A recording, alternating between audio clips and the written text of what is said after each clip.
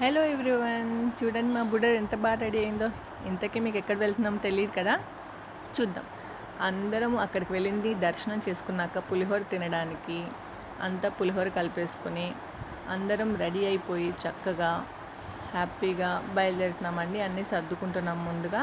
ఇలా మేకపోతుని బలి ఇవ్వడానికి మేకపోతుని కూడా రెడీ చేసేసి మనం బయలుదేరే ముందు దండం పెట్టుకుని బయలుదేరుతాం కదా. కార్కి ఇలా కొబ్బరికాయ కొట్టేసుకుని దండం పెట్టుకొని మేము కొంతమంది కార్లో ఇలా మా నాన్నమ్మతో పాటు బయలుదేరాము. వెనకాల మా వాళ్ళు అందరూ టాటా సుమోలు వేసుకుని వస్తున్నారు.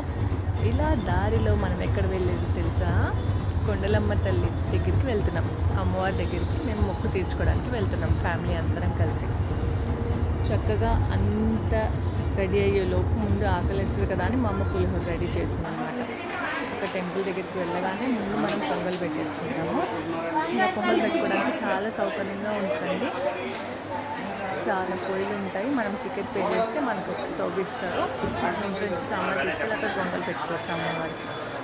ఇలా మనం మొక్కుకున్నప్పుడు ముందుగా పొంగల్ పెట్టేసుకుని అమ్మవారికి ప్రసాదంలాగా పెట్టేసుకుని ఈలోపు మా డాడీ వాళ్ళందరూ గులాబీ రెడీ చేస్తూ ఉన్నారనమాట.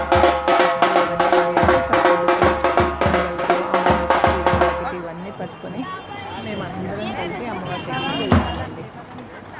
ముందు ఇలా వెనకాల చూసారా పాపం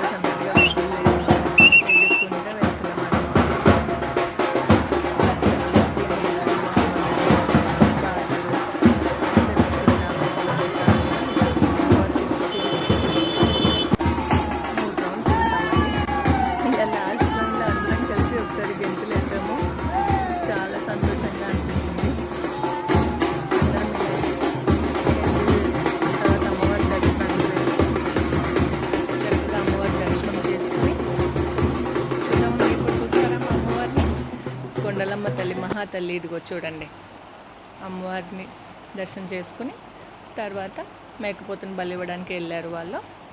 మేము ఇక్కడ ఫోటోలు దిగుతూ ఉన్నాం ఈ గ్యాప్లో. తర్వాత పులిహోర తినేసాం. ముందు భోజనాలు స్టార్ట్ అయిపోయాయి. ఈలోపు అందరం హ్యాపీగా ఇలా భోజనాలు చేసేసేసాం. చూడండి, మీకు పాకలు చూపడానికి మళ్ళీ చూపిస్తున్నాను. ఇలా పాకలు మనకి అక్కడ రెంట్లో దొరుకుతాయి. రెంట్ తీసుకుని మనం అక్కడ వంటలు చేసుకుని మళ్ళీ అన్నీ తిరిగి అప్పచెప్పేయచ్చు వాళ్ళకి. చాలా సందడిగా ఎంజాయ్ చేయొచ్చండి. ఇది మా కొండలమ్మ తల్లి ట్రిప్.